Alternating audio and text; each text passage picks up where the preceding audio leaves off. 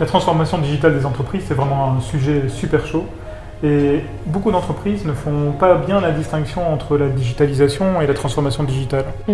La digitalisation, c'est vraiment le fait de se dire, j'ai une feuille de papier et je vais en fait en faire une copie digitale sur écran, sur formulaire, peu importe, et finalement ne pas aller chercher très profondément dans mes processus. Je ne vais pas modifier le processus, je vais juste recopier le processus existant au travers d'un ordinateur, d'un device électronique, peu importe lequel, et puis ça va pouvoir faire effectivement office de digitalisation. Si on parle de transformation digitale, c'est un processus qui est beaucoup plus complet, la transformation digitale. La transformation digitale, c'est le fait d'aller chercher profondément dans les processus de l'entreprise, de les modifier, de les optimiser, ça grâce au digital.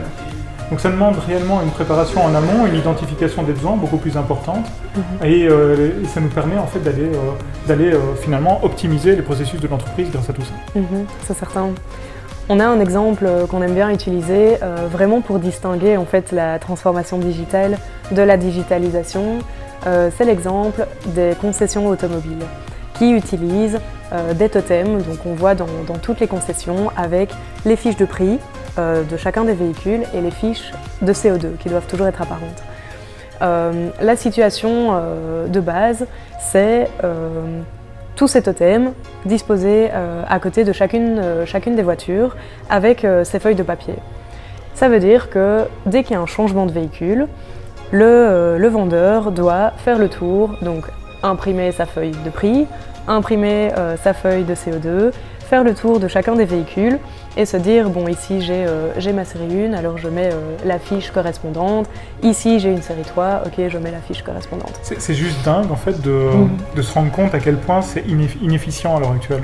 C'est ça. De se dire que les personnes, les concessionnaires continuent à faire cette démarche parce qu'ils l'ont toujours faite et parce que ça doit se faire, et finalement vont remplacer cette feuille et vont perdre du temps tous les matins. Voilà. C'est susceptible en fait d'intégrer des erreurs en fait tout simplement pendant le processus. C'est sûr. Et puis cette fameuse feuille de papier CO2 qu'on vient coller carrément sur le véhicule en fait, ce qui dénature complètement le véhicule. C'est juste dingue je trouve. C'est certain. Et donc ça c'est la situation de base. Après on pourrait se dire on va se digitaliser et on va remplacer toutes ces feuilles de papier en fait par des écrans. Et donc on va disposer un écran à côté de chacune des voitures et on va se dire ok j'ai mes PDF qui sont prêts pour les fiches de prix et pour les fiches de CO2. Mais du coup le process il est exactement le même parce que tous les matins ou dès qu'il y a un changement de véhicule, je vais venir à côté de chacun des totems, chacun des écrans, et je vais venir mettre une petite clé USB derrière pour uploader mon bon PDF. C'est fou là aussi à quel point les gens peuvent finalement s'auto-persuader que c'est la bonne façon de faire. Voilà. Et de se dire ça va être plus moderne, je vais utiliser quelque chose de digital, je vais utiliser une clé USB. Je m'auto-persuade que ça va être vraiment mieux. C'est ça. Et au final en fait c'est juste la catastrophe. Non, c'est sûr. C'est sûr, on a quelque chose qui est plus moderne, ok, c'est premium en plus pour certaines marques qui ont besoin de ce côté premium. Mais Par contre, la partie processus, c'est pas du tout premium. Voilà, c'est ça. En fait, on a rien changé au processus parce que la personne en fait faisait le tour de tous les totems pour venir mettre la fiche papier.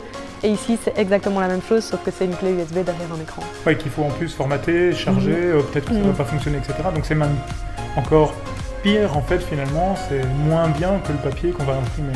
Voilà, c'est ça. Et du coup, la solution de transformation digitale ici, du coup, pour venir toucher au process, pour venir toucher à l'expérience utilisateur quelque part, c'est se dire on va utiliser un logiciel de digital signage qui va nous permettre, via une interface web, de venir uploader notre bon contenu. Et donc de se dire, voilà, j'ai mon interface avec mon totem numéro 1, mon totem numéro 2, à voir comment on les appelle, et se dire, tiens, il y a eu un changement de véhicule, je suis chez moi, je peux le faire de la maison, je peux le faire du bureau, je peux le faire de n'importe où, et je vais venir glisser le bon contenu qui va correspondre au bon véhicule C'est quand même un attrait de la transformation digitale.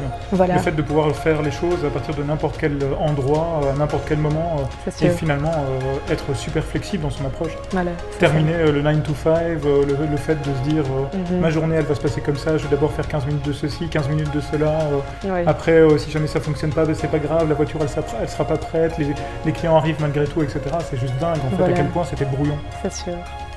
Mais là en termes d'expérience utilisateur, en termes de process, on a vraiment optimisé les choses et on arrive vraiment à un gain de temps et à un côté premium qui là est vraiment visible. Voilà, donc de ce côté-là, pour résumer finalement, la transformation digitale, effectivement, ici, dans le cadre de tout ce qui est concession et showroom, en fait, l'exemple que finalement tu donnes, permet vraiment d'aller chercher loin dans les processus de l'entreprise, de les modifier, de les pivoter et de faire en sorte que tout soit plus fluide, qu'on puisse gagner du temps, parce que j'imagine que ça fait au moins gagner 15 à 20 minutes à l'ensemble des vendeurs dans une concession, ce qui est juste dingue, parce que quand on multiplie par 20 pour le nombre de jours ouvrables, et encore même plus, 24 plutôt du côté des concessions automobiles qui sont ouvertes également le samedi, bah, ça en fait gagner du temps à la fin de l'année, quoi. Vraiment beaucoup de temps. C'est sûr. Si vous désirez échanger avec nous autour de la transformation digitale, n'hésitez pas. C'est toujours un plaisir pour nous de parler avec vous de l'ensemble de vos projets de transformation digitale. Bonne journée.